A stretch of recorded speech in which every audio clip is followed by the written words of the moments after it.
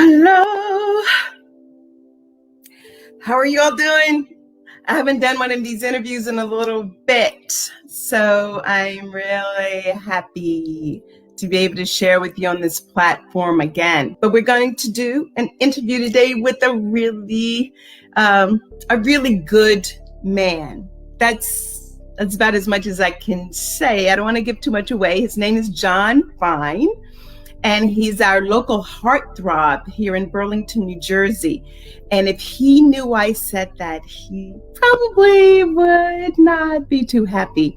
But he's got a great story. I entitled this interview, How to Turn Your Chaos into Gratitude. This man lived a crazy life, a life of chaos through no fault of his own. And he's going to tell you a little bit about his story. September is my month where I'm focusing on gratitude. So I'm going to join in our guest right now, and hopefully through listening to his story, it will just inspire you to be more grateful for your own life, right? Sometimes listening to other people, it really has that effect. Oh my goodness, there he is. Hello. How are you? How you doing? How are you? Good. How are you?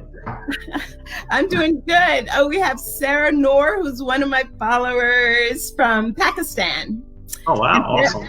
Yeah, so Sarah will tell me if I got the country wrong. Hi, Sarah. So, John, I want you to know that in the introduction, I said, oh, he's our local heartthrob. I said, oh, if he knew I said that, he would just die. Yeah, no. Local knucklehead, maybe. I don't know. Knucklehead. Hey, I didn't say it. You said it. So, listen, John. I want you to tell everybody why you're being interviewed today. I want to see what you say. Of course, I know why I asked you, but I want to see if you understand why you're here today. I think you wanted to have me talk about my history, about how I grew up in Burlington, my struggles growing up as a child, and some of the roadblocks or hills that I had to go over to get where I am now, which is the chief of police in Burlington City. Oh, you put it out there too early. I was going to sort of build to that, John. I was going to build to that. Okay, so right. So I just find your history to be really fascinating. As you know, I was a foster parent for a little while. I had an emergency home. And just the fortitude, the strength of these children just always amazed me and inspired me. And you're an adult that's sort of having taken a similar journey. So when did you actually go into the foster care system? So I was actually brought into foster care. I was taken out of my home when I was 6 months old. So my biological family, I do not know, because I was taken out of the home. I was told I grew up in Mount Holly. I was told I lived in Mount Holly. They took me out of home at 6 months, and then they put me in foster care from that point on. So do you even know where your biological parents are? What part of the country, maybe? So I believe that I have my original birth certificate, and then I did some tracking, and I believe that my mom's part of the family, maybe my dad's part of the family is in Indianapolis, Indiana. Okay. And just to get this out of the way, because people always wonder about this, I know, have you tried to find them? Do you have a desire to find your biological parents? So I know there's some stories that it turned out really good, and I know there's some stories that turned out pretty bad. My younger brother, who I was adopted with, met his family, which I know his mom, which is very interesting to me, because what I find shocking, because my younger brother is kind of 100 miles an hour. He's bam, bam, bam, bam. And when I met his mom's the same way, but they never knew each other. So it was ironic that I was like, wow, it's how alike they are, but they never knew each other, which is was strange to me. But I would like to know, because of obviously there's baldness in my family, but that's okay. But I also want to know about any kind of hereditary diseases, anything like that. I'm content with the family that I have, that I was adopted in. I can't be more appreciative of the Fine family and my family, who I consider my family, and I have a two little ones now that are my only biological relatives that I talk about, and they know. I'm like, you're my only two biological relatives I know. I said, but I'm proud to be part of the Fine family that adopted me when I was younger. Like I said, turning some chaos into gratitude. So, can you tell us a little bit about that journey?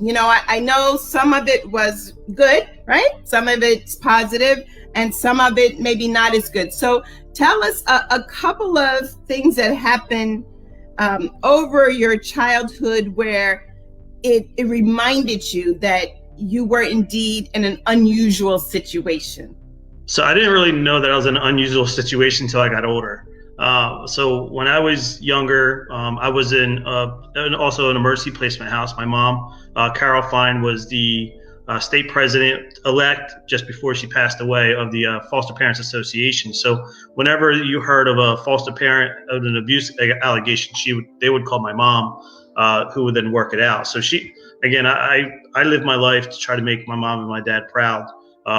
My parents who adopted me. So when I was younger, I lived with over 100 kids in my life. I would wake up, there would be 2 bunk beds per room. There would be I would wake up, go to bed one night, wake up, there'll be a new kid underneath in the bottom bunk, because I would be on the top bunk. So I would find like a new kid there, and then I would go downstairs and then help that new kid out. And a lot of these kids were sexually abused, mentally abused, physically abused. So again, there was a wide range of, and it usually about between 6 to 8 kids in the house at a time. So I thought that was normal. I didn't really know as much different. My mom died when I was 12 years old, and then my dad died. My adopted mom died when I was 12. Then my adopted dad died when I was 16. So their biological son, Louis, actually took custody of me. At the age of 16 years old, I was with the Fine family. I was going to have to go back to foster care, and I believe I was going to go to Cumberland County. I think they were going to send me to Vineland, I believe, or Bridgeton area. And my brother Louis and my sister Mary, Nancy, Louis, somebody would have taken me, but my brother Louis actually took me in, and I'm forever grateful for him for that. Oh, absolutely. So this brother, was he a biological son of the Fines, or he was adopted as well? So there's 4 biological kids. There was Jimmy, who passed away in 2016, God rest his soul.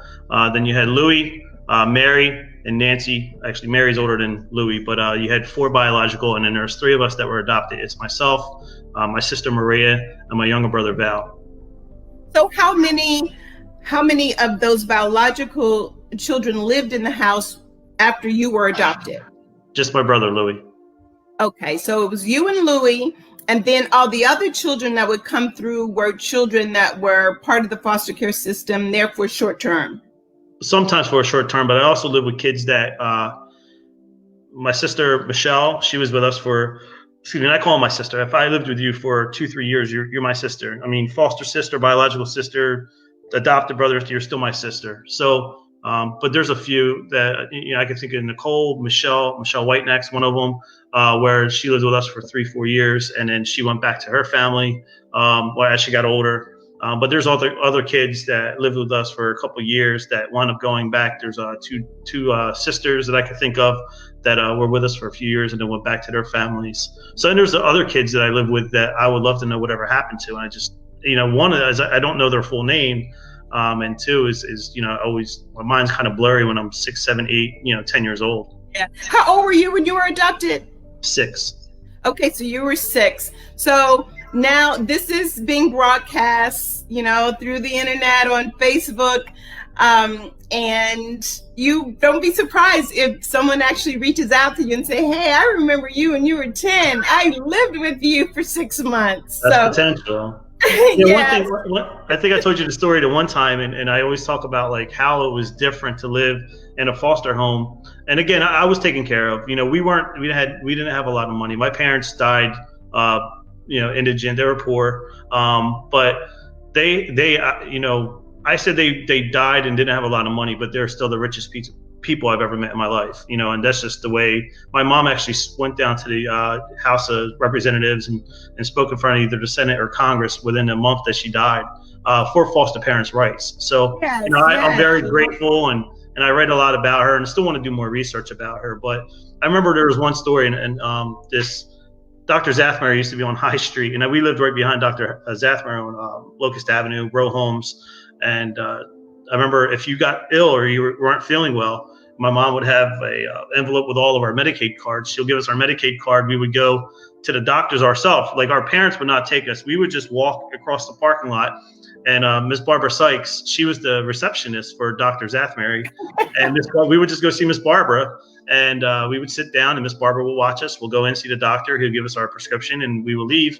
Miss Barbara will call my mom and say, hey, John's headed back. So the whole thought process of children going to the doctor with your family, I'm like, why would your mom have to go to the doctor? Go see Miss Barbara. She'll take care of you.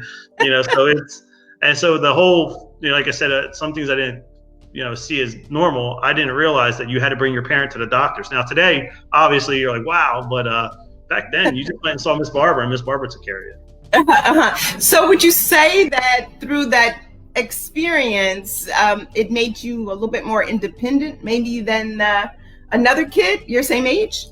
Yeah, I was very independent. I mean, it's my dad. I mean, my dad died at 72. My mom was much younger. She died at 52. But my dad was an older guy, and Louis was he took care of me and make sure but I stuck with sports. I'm the definition, or I'm the example of the community raising a kid. I came up through the Pop Warner system, playing football, baseball, and those coaches, the Pop Warner coaches who volunteered their time, really helped mold me to where I needed to be today. And I could have went either way. I was not perfect. I was a young knucklehead, on the streets, and I could have went either way. But I can tell you, I knew that, and then I eventually joined the Police Explorers. But I knew those volunteer coaches would have had my butt if I got myself in trouble. Okay, so you had the community looking after you, right? 100%, 100%. Yeah. Would you say it's like that today? Is the community still looking after the kids?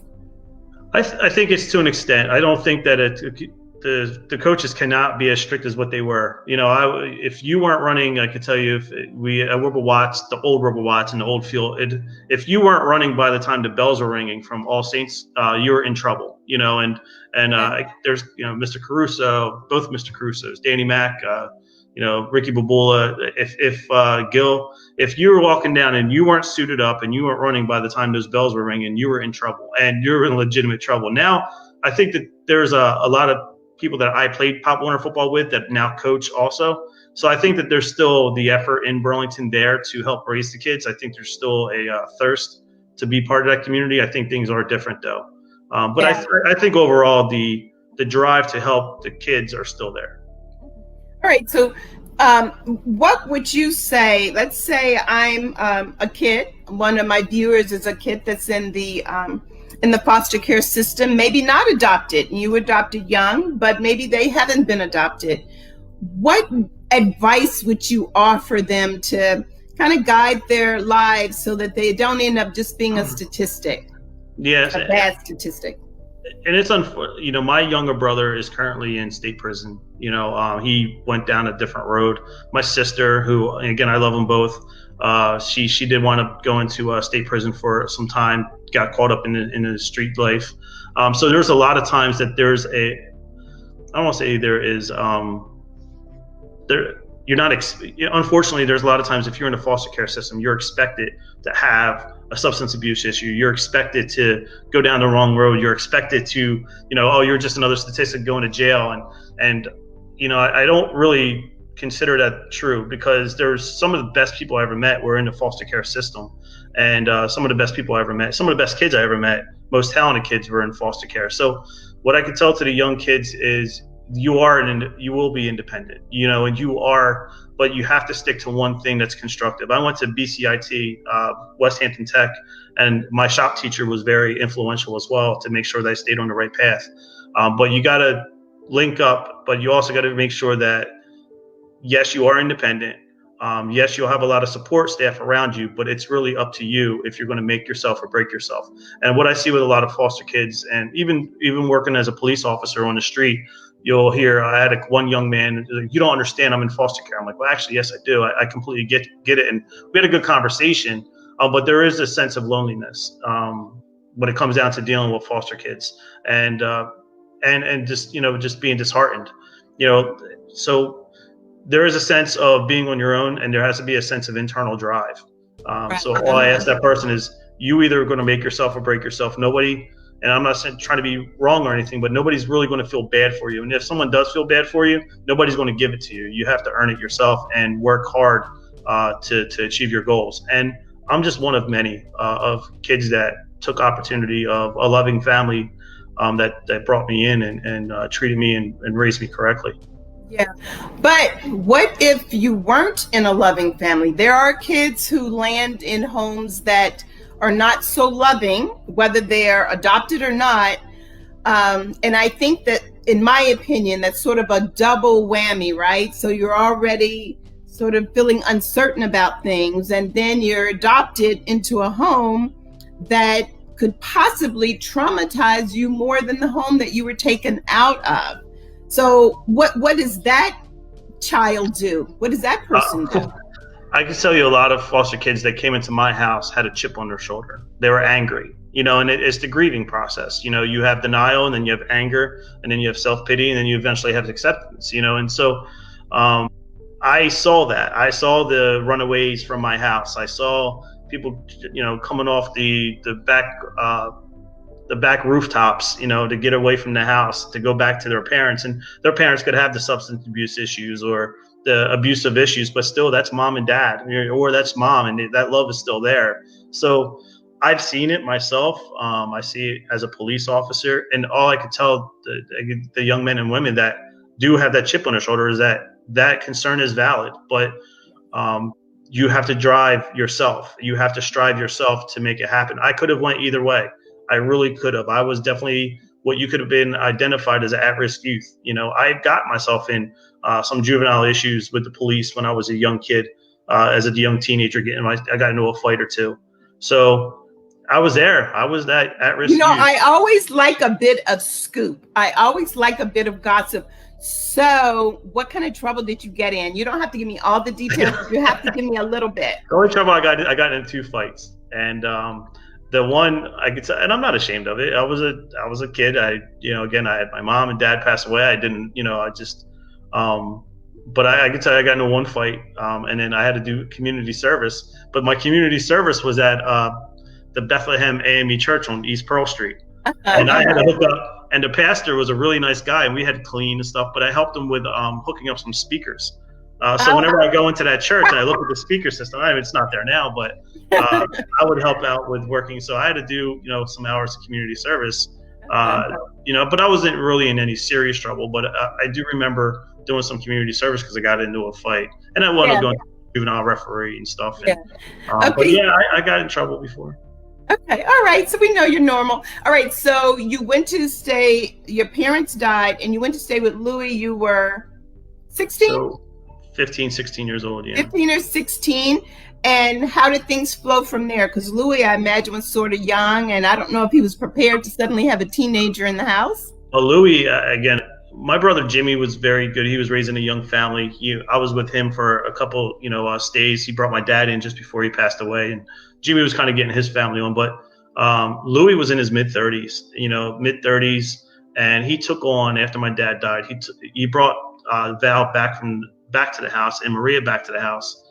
So as in the mid-30s, Louis took a 16-year-old, he took a 20-year-old, and he took a 12-year-old, all inherited from and kept us together. I mean, again, we didn't have a lot of money. He was working as a warehouse worker. He was a blue collar worker, and but he made the best of what we had. And I'm forever grateful for the whole Fine family, but especially Louis, for, in my eyes, he just got married a couple of years ago, but I think that he sacrificed him having kids, him having that wife in his mid-30s. I believe that he sacrificed that for us, and so I'm forever grateful. But that's how my mom was. My dad was a bull in a china shop. My dad and Jimmy, bull in a china shop. But my mom was very giving, and she would give the shirt off her back, and that's how my brother Louis is. Oh, I hope one day to meet him, because I love meeting good people and love interviewing great people, because it inspires other people, right? And as we share our stories,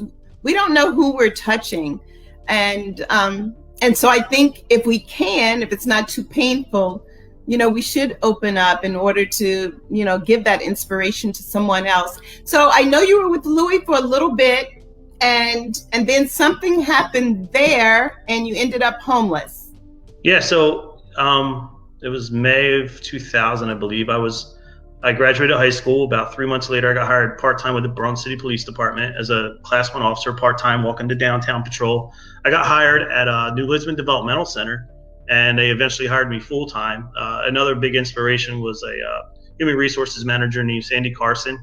Sandy really took me under her wing with Kathy Capetta and that whole group over at New Lisbon. Joe Waite is another one, and they really took care of me and really shaped me into knowing how to be professional, and learning how to dress, with a collared shirt and khakis. Because again, I didn't know, and they really taught me the office life and how to present myself in a professional manner. So when my dad died, he gave me one thing, and that was the only thing that he had was I think it was a 1993 or 1992 Chevy Corsica, black in color, and I remember when I was 16 and my dad never took us anywhere. Like, he took us to Taco Bell. And when I tell you that was like a groundbreaking moment, I knew something was wrong. It's like, why are we at Taco Bell? And he told me, like, if he dies, I get the car.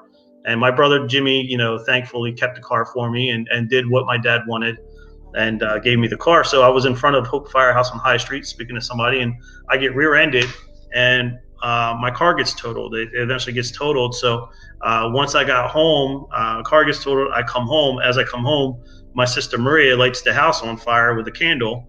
And so within 4 hours, I just took all my savings. It was like $350 to get an automatic car starter. And I put it up in my ceiling in my room. And so my car gets totaled. I come home, and my house burns down same day. So then I wound up with nowhere to go. Fortunately, I wound up staying with my brother Jimmy for a little while to get through academy, but then at some point things weren't working out there. My brother Louis was staying in a motel, and he wound up getting a apartment because we all couldn't be together. My sister Maria, my brother Val kind of wanted to go places, and at some point I wound up on a air mattress on my sister Mary's dining room floor. I was a full-time cop. I just got out of the academy. Me and Jimmy had a falling out. I wound up on a air mattress, and then I had to leave there because they needed room for the Christmas tree. So wound up getting my first condo shortly after police academy. Oh my God, what a story. What a story. Well, I know that you have a real job to do, and you just were passing through and chatting with us for just a little bit. But because I'm focusing on gratitude, what can you say today you're most grateful for? We're just focusing on our lives today. What do you want to throw out there? I'm grateful for the family, my fine family. I'm grateful for my friends that have always stuck with me. Again, I've had my challenges, but I'm also gracious for my community, for Burlington City. I came up as a police officer. I've been very dedicated. I'm so lucky and blessed to be now the chief of police there.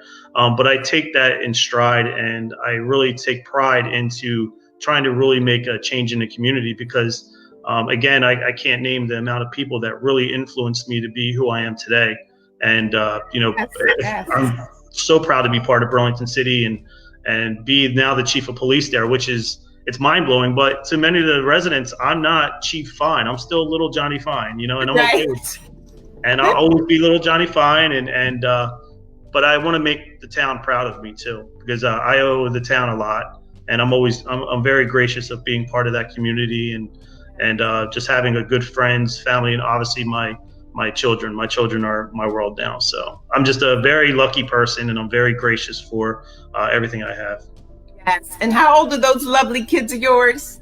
My little knucklehead. So my daughter is 7, Madeline's 7, and then my son Tyler is 11 years old. But they're both great kids, and I definitely cherish them.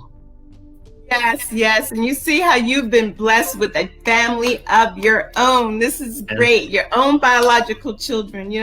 We can take nothing for granted. So, Chief, thank you very much. You are an inspiration to so many people. Thank you. People, foster care or not, right? Just such an inspiration. And I thank you for sharing a little bit of time with me today. Thank you. And I hope in the future, and hopefully we can work collaboratively, but I definitely, I still have one of my goals in my career is I speak to new foster parents coming into foster care, but I definitely want to direct a lot of my energy towards helping the next generation of foster kids as well. Yes, yes, it is so needed. Like you said, sometimes it's very easy to feel alone, right? Because you're away from the people that you have the greatest bond with, because the situation is less than ideal, and then you're put someplace where you don't really necessarily have a connection. So it has to be extremely, extremely lonely. So I'm sure that they would appreciate connecting with someone who's maneuvered. It may have been bumpy, but maneuvered through the system and been able to do some great things with his life. So appreciate it. Kudos Thanks. to you. All right. All right. So we're gonna sign you off. Awesome. Take care. Thank you so much. All right. No, thank you. So that was pretty fascinating, right? This chief of police that we have here in town, he really is so committed to the community. And now you can see why, right? Because of what he experienced, he feels like the community made the difference for him. People looking out for him and caring. And it may have been in very small ways. It doesn't always have to be something huge that you do for a child. It could be something fairly small, an encouraging word, buying some school supplies. There's so many ways that we can reach out beyond ourselves, beyond our own children, our nuclear family, to do something that changes one person's life, one child's life. And so here was a child, definitely disadvantaged, that was raised in a community that enriched his life. And you can be the same. You can have your life take a turn again from inside because you want to do better, or alternatively because you're surrounded by people who are invested in helping you do better, right? So listen, be the best person you can be, regardless of your age, regardless of your situation, and stay in that place of gratitude. Until next time, signing out. Thank you for joining me.